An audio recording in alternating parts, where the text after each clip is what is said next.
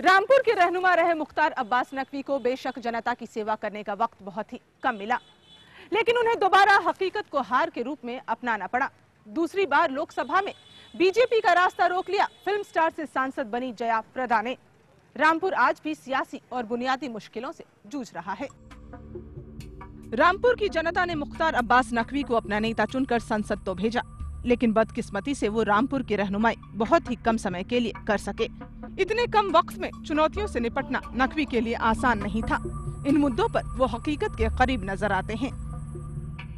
लोगों से हमारी बातचीत हुई थी, मैं गई थी रामपुर। उनका कहना है नकवी साहब नहीं कर पाए कुछ। हो सकता है उनका कहना सही हो, मैं इस पे तो कोई किसी तरह का कंट्रोवर्सी करता नहीं, लेकिन मुझे लगता है कि वहाँ के लोग इस बात को पूरी तरह से महसूस करते हैं कि जो एक साल भर का जो समय था मेरे लोकसभा के सांसद के हैसियत से या केंद्र में मंत्री की हैसियत से, तो जो कुछ भी मैं ज़्यादा से ज़्यादा कर सकता था उस वक्त किया है और वो दिख रहा है। उनका जो काम है बस ब्रिज के अलावा और कोई काम नहीं है उनका। जिस दिन वो आते थे उस दिन लाइट आती थी, उसके बाद में लाइट भी चली जाती थी।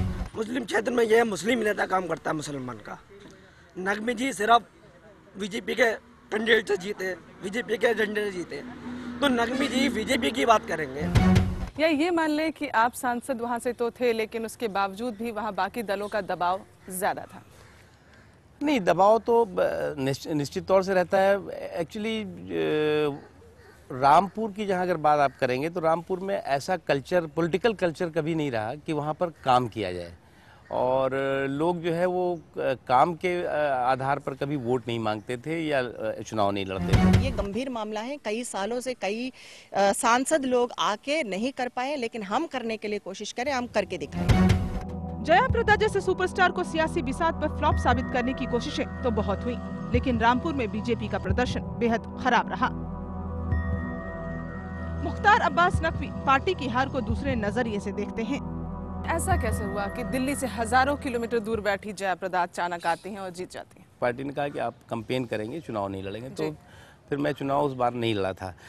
लेकिन लोग परिवर्तन वहाँ चाहते थे। जो कांग्रेस की मेंबर ऑफ पार्लियामेंट थी नूर बानो जी, उनके खिलाफ एक स्ट्रॉन्ग एंटी इनकम्बेंसी थी, तो लोग परिवर्तन चाहते थे। परिवर्तन में जो भी सामने दिखा लोगों ने उसको वोट किया।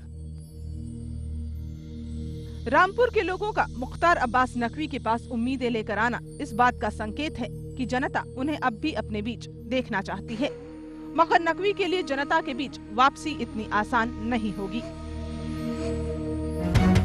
रामपुर का छुरी उद्योग आज भी अपनी धार से कट रहा है। जनता के पेट से जुड़े इस मामले को सियासी लोगों ने गंभीरता से नहीं लिया, जिससे रामपुर की ऐतिहासिक पहचान लगभग खो चुकी है। रामपुर में समाजवादी पार्टी के कद्दावर नेता आजम खान रहते हैं, इसलिए वहां विकास कार्यों को लेकर पत्थरों की लड़ाई भी जारी रहती है। ऐसे में भाजपा के पास विरोध के सिवा कोई रास्ता नहीं बचता, मगर रामपुर बुनियादी मुश्किलों में फंसा है और जनता को बेहतरी का एहसास कराने वाला ही उनका नेता होता है। नकवी भी रामपुर के लोगों के लिए कुछ उम्मीदें जाहिर करते हैं। कहीं ऐसा तो नहीं कि आप भी उलझ के रह गए वो पत्थरों की लड़ाई में? वो पत्थर जहां भी मैं गई आजम खान के नाम का पत्थर, वो अनफॉर्चुनेट है, क्योंकि एक पत्थरों का शौक है कि लोगों को कि 100 मीटर अगर हमने कोई रोड बनाई है तो 200 मीटर का पत्थर होना चाहिए। लेकिन आप अगर जाकर वहाँ खुद सर्वे करें और देखें तो मैंने जितने भी काम किए मैंने मना किया कि मैंने पत्थर उत्थर मत लगाओ, और लेकिन लोग ये वो जानते हैं। अब एक ओवर ब्रिज है वहाँ पर, वो मैंने बनवाया, सभी लोग जानते हैं, लेकिन पत्थर मेरा नहीं है, पत्थर किसी और का लगा हुआ है। रामपुर में तबाही की कगार पर पहुंच चुके उद्योगों के लिए शिद्दत से कुछ करने की दरकार है। नकवी ने अपने दौर में जो कुछ भी किया उसे आगे बढ़ाने पर वो जोर देते हैं। एक स्मॉल स्केल इंडस्ट्री जिसके लिए रामपुर हमेशा से मशहूर है, चाकू, हाँ, वो मर रहा है, लेकिन वो मर रहा है, बिल्कुल मर रहा है, चाकू मर रहा है। इस उद्योग को बचाने के लिए जो जरदोजी का काम होता है, जरदोजी, वो आप एक साल अगर मान लिया बाहर है तो एक साल में आपने इन दो उद्योगों के लिए मैंने तो रामपुर के चाकू वालों से पूछ लीजिएगा कि जो चाकू के व्यापारी है वो तो एकदम उजड़ रहे थे। वो मैंने उनके लिए झगड़ा करके और वहाँ के अधिकारियों को करके वहाँ पर उनको फिर से मैंने उनको कहा कि आप लोग इसको फिर से नए सिरे से करो। रामपुर की जनता के लिए मुख्तार अब्बास नकवी ने जो कुछ भी किया जनता उसे कितना स्वीकार करती है ये तो वक्त ही बताएगा, लेकिन यहाँ अब भी बहुत कुछ किया जाना बाकी है। बीजेपी के अंदरूनी बवंडर के बीच यूपी में सियासी बिसात पर रणनीति बनने बिगड़ने लगी है। मुस्लिम तुष्टीकरण के साथ ही हिंदुत्व की मझधार में फंसी पार्टी की क्या होगी चुनावी रणनीति, जानेंगे हम एक ब्रेक के बाद।